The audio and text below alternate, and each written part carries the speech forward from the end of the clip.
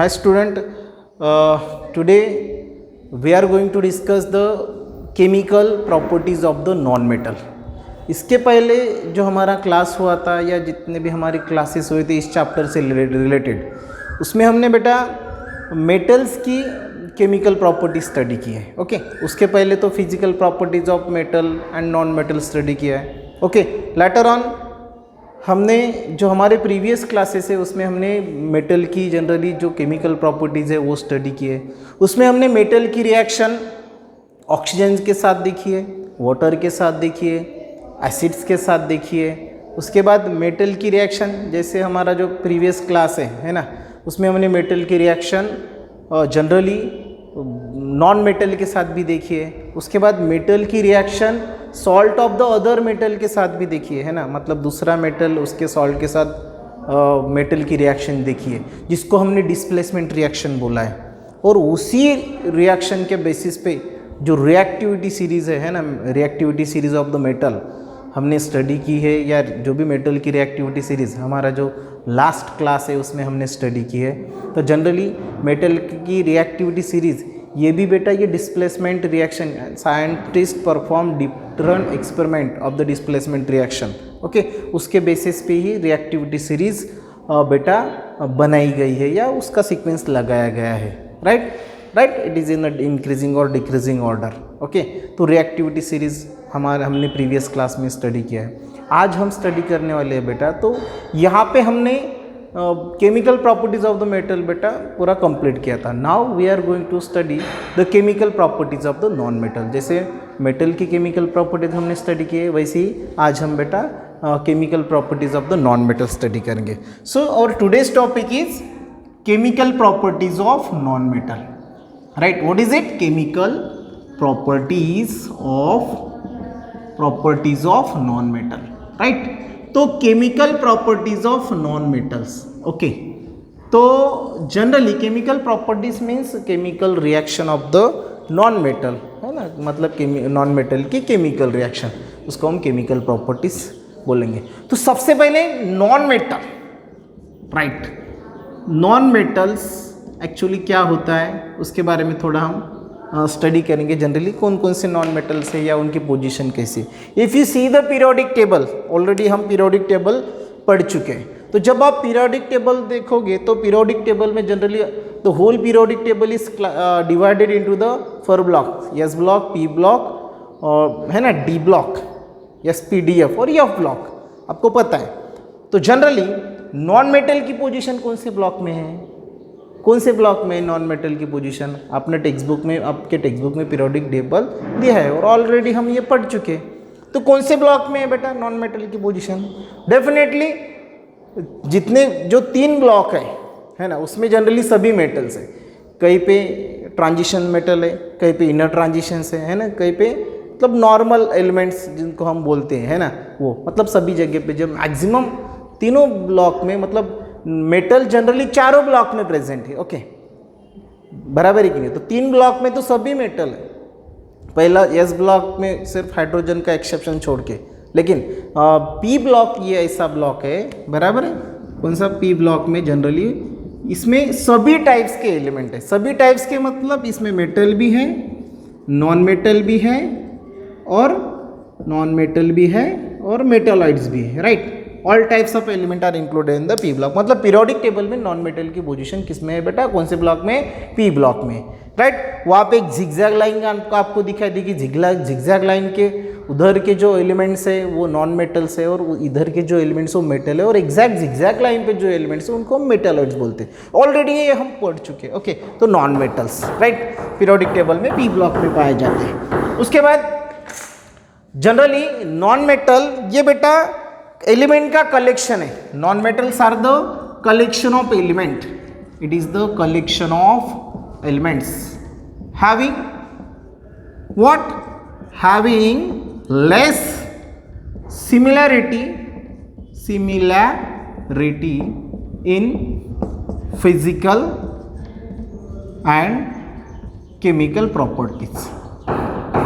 Physical and chemical properties. Okay, तो बेटा non metal ये ऐसे एलिमेंट का कलेक्शन है जिसमें फिजिकल और केमिकल प्रॉपर्टीज में बेटा लेस सिमिलरिटी पाई जाती है ना, मतलब they have the less similarity in their physical and chemical properties, such a collection of element is called as the non metal.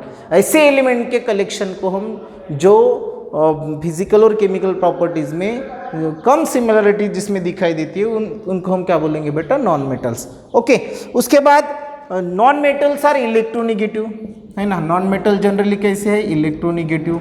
अब क्यों बोलेंगे उनको electronegative, as they have negative charge, उन पे जनरली निगेटिव चार्ज रहता है, तो उनको हम क्या बोलेंगे, इलेक्ट्रोनिगेटिव। तो जनरली निगेटिव चार्ज कैसे रहता है, तो आपने मतलब पढ़ा है कि जनरली मेटल्स क्या करते हैं बेटा, इलेक्ट्रॉन डोनेट करते हैं या लॉस करते हैं, और नॉन मेटल इलेक्ट्रॉन क्या करते हैं बेटा, गेन करते हैं। फॉरवर्ड पर्पस, ये जो इलेक्ट्रॉन का ट्रांसफरिंग है वो किस लिए होता है, so as to complete their octet, उनको स्टेबल होना है या कोई भी किसी के साथ बॉन्ड फॉर्म करना है ना, या किसी के साथ रिएक्ट होना है, तो इस केस में जनरली इलेक्ट्रॉन का ट्रांसफरिंग होता जाता है। या we may say that so as to complete the stable electronic configuration element lose their electrons, और कोई भी एलिमेंट का एटम अपने आउटरमोस्ट शेल से इलेक्ट्रॉन लॉस करता है, इलेक्ट्रॉन गेन करता है। तो जनरली मेटल इलेक्ट्रॉन क्या करते हैं, लॉस करते हैं, है ना, और नॉन मेटल क्या करते हैं बेटा, इलेक्ट्रॉन गेन करते हैं। और ऑलरेडी आपने पढ़ा है कि जो एलिमेंट अपने आउटरमोस्ट शेल में इलेक्ट्रॉन क्या करता है, गेन करता है या एक्सेप्ट करता है, तो उस पर कौन सा चार्ज आता है, negative charge, it will get the negative charge, बराबर है। और कितने नंबर ऑफ निगेटिव चार्ज उस पर आएंगे वो डिपेंड करता है कि वो कितने इलेक्ट्रॉन ले रहा है, और ये इलेक्ट्रॉन का लेन देन किस लिए हो रहा है, so as to complete the stable electronic configuration और so as to attend the stability. Okay, तो लेट्स सी द एग्जांपल। जैसे हम एग्जांपल के तौर पे क्लोरीन का एग्जांपल लेते हैं, most common example. 17 atomic number है। अब एटॉमिक नंबर 17 है, मतलब उसमें प्रोटॉन भी 17 है और इलेक्ट्रॉन भी 17 है, तो क्या होगा कॉन्फ़िगरेशन 287। आउटर मोस्ट शेल में 7 इलेक्ट्रॉन है, इसका ऑक्टेट पूरा करना है, मतलब इसको स्टेबल होना है, तो ये डेफिनेटली 1 इलेक्ट्रॉन क्या करेगा बेटा, एक्सेप्ट करेगा, इट एक्सेप्ट द 1 इलेक्ट्रॉन।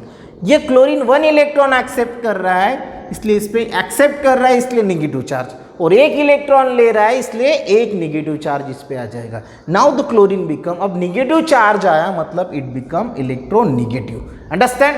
अब 1 इलेक्ट्रॉन उसने एक्सेप्ट किया, इसलिए 1 निगेटिव चार्ज, अंडरस्टैंड। दूसरा एग्जांपल देखते हैं हम ऑक्सीजन का, जिसका एटॉमिक नंबर 8 है।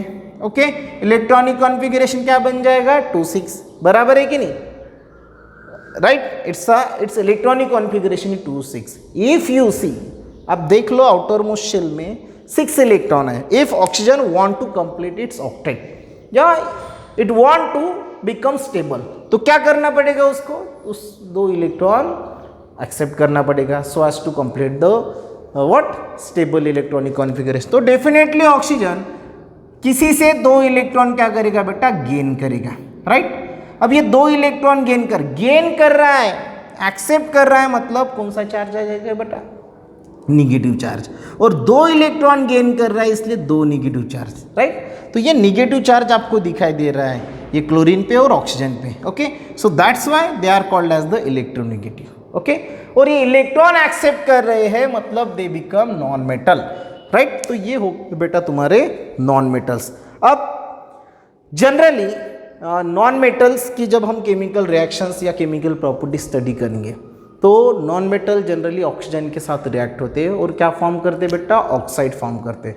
कुछ oxide generally acidic oxide form करते हैं, लेकिन कभी कभी किसी केस में मतलब कंबशन या कोई भी है, कंबशन पार्शियली होता है या कंप्लीटली कंबशन नहीं होता है, तो उस केस में न्यूट्रल ऑक्साइड्स भी बेटा फॉर्म करते हैं। तो हम देखेंगे कि chemical properties of the non metal, specially हम इसका केमिकल रिएक्शन, नॉन मेटल का केमिकल रिएक्शन देखेंगे फर्स्ट ऑफ ऑल ऑक्सीजन के साथ। तो reaction of non metal with oxygen, what is our topic, so reaction of non metal किसके साथ देखना है हमें, नॉन मेटल का रिएक्शन विथ ऑक्सीजन। ऑलरेडी मैंने बताया है आपको कि whenever non metal react with oxygen, है ना, या मेटल भी ऑक्सीजन के साथ रिएक्ट करता है तो मेटल ऑक्साइड फॉर्म होता है। तो यहाँ पे भी क्या फॉर्म होता है, जनरली ऑक्साइड फॉर्म होता है, एसिडिक ऑक्साइड्स जनरली फॉर्म होता है, ओके। और किसी किसी केस में न्यूट्रल ऑक्साइड भी जनरली क्या होता है बेटा, फॉर्म होता है। तो सबसे पहले हम कार्बन, ये नॉन मेटल देखेंगे, मतलब कोल है ना, कोल का कंबशन देखेंगे। तो coal which is nothing but the carbon, C से डिनोट किया जाता है, is when react with oxygen or when complete combustion is there. Here in this case when the complete combustion of the coal is takes place, complete combustion, okay। तो carbon dioxide form होता है जो कि acidic salt, acidic क्या है बेटा, it is a acidic oxide है ना, this is the acidic oxide, okay. whenever the complete combustion of the coal or carbon is takes place, मतलब कार्बन का complete combustion होता है तो कार्बन डाइऑक्साइड फॉर्म होता है जो कि एसिडिक ऑक्साइड है, जो कि कौन सा ऑक्साइड है, एसिडिक ऑक्साइड। और इसी कोल का जब पार्शियल कंबशन होता है ना, मतलब कंप्लीटली ये बर्न नहीं होता है, तो इसको हम पार्शियल कंबशन बोलेंगे। कौन सा कंबशन बोलेंगे, पार्शियल। पार्शियल मतलब कंप्लीट कंबशन न होना, ओके। तो उस केस में कार्बन मोनोऑक्साइड फॉर्म होता है, CO क्या फॉर्म होता है, कार्बन मोनोऑक्साइड, जो कि न्यूट्रल ऑक्साइड है, जो कि कौन सा ऑक्साइड से, न्यूट्रल, ओके। न्यूट्रल ऑक्साइड से carbon monoxide, neutral oxide. Reaction balance है क्या, एक बार देख लो, राइट, नहीं है, ऑक्सीजन 2 है, रिएक्टेंट साइड में यहाँ पे 1 ही है। चलो इस साइड में 2 करना है तो सिंपल सी बात है, यहाँ पे मैं 2 फैक्टर लिख लो। जैसे ही मैंने यहाँ पे 2 फैक्टर लिखा, कार्बन 2 हो गया, तो इस साइड में भी कार्बन को 2 करना है तो सिंपली यहाँ पे 2 फैक्टर लिख दो। In this way this reaction is balance.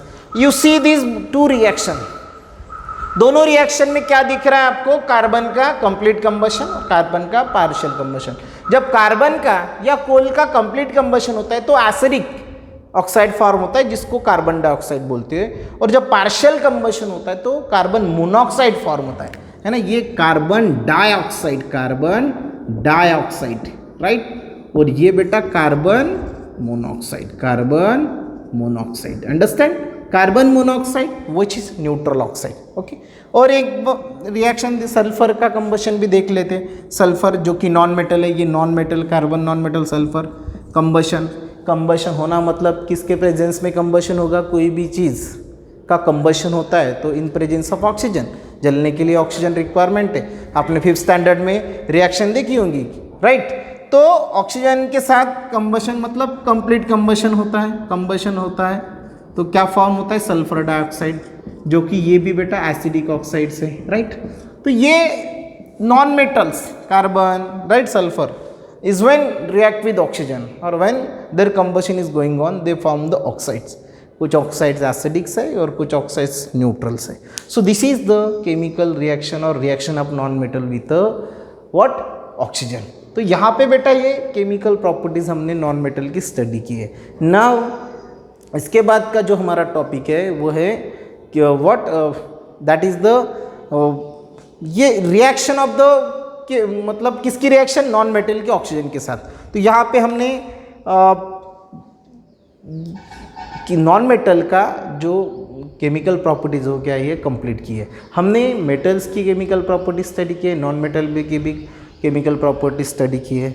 अब इसके बाद जनरली आयोनिक कंपाउंड क्या होता है, राइट, कोवैलेंट कंपाउंड क्या होता है ऑलरेडी हमने स्टडी किया है, आयोनिक कंपाउंड के बारे में भी हमने स्टडी किया है। और इसके बाद का जो हमारा टॉपिक है आयोनिक कंपाउंड है ना, the compound which is form by transferring the electron, है ना, मतलब ऐसे कंपाउंड कि जो इलेक्ट्रॉन ट्रांसफरिंग से फॉर्म होते हैं उनको हम क्या बोलेंगे बेटा, आयोनिक कंपाउंड। तो ऐसे आयोनिक कंपाउंड की जनरल प्रॉपर्टीज हमने स्टडी करना है, ओके। आयोनिक कंपाउंड क्या होता है, ये ऑलरेडी मतलब इलेक्ट्रॉन, जैसे non metal, right, electron transferring करके जो भी कंपाउंड्स फॉर्म होते हैं उसको हम क्या बोलेंगे, आयोनिक कंपाउंड। और इसी आयोनिक कंपाउंड की जनरल प्रॉपर्टीज़ हम नेक्स्ट क्लास में स्टडी करने वाले हैं। तो अभी के लिए बेटा यही, मतलब यहाँ तक अभी जो भी जितने भी हमने केमिकल रिएक्शंस मेटल्स की देखी है, नॉन मेटल्स की देखी है, आपके टेक्स्ट बुक में वो है, राइट, वो आप स्टडी कर लो, ओके। तो रिमेनिंग जो जनरल प्रॉपर्टीज़ है किसकी, आयोनिक कंपाउंड की, वो हम हमारे नेक्स्ट क्लास में देखेंगे, ओके। Thank you.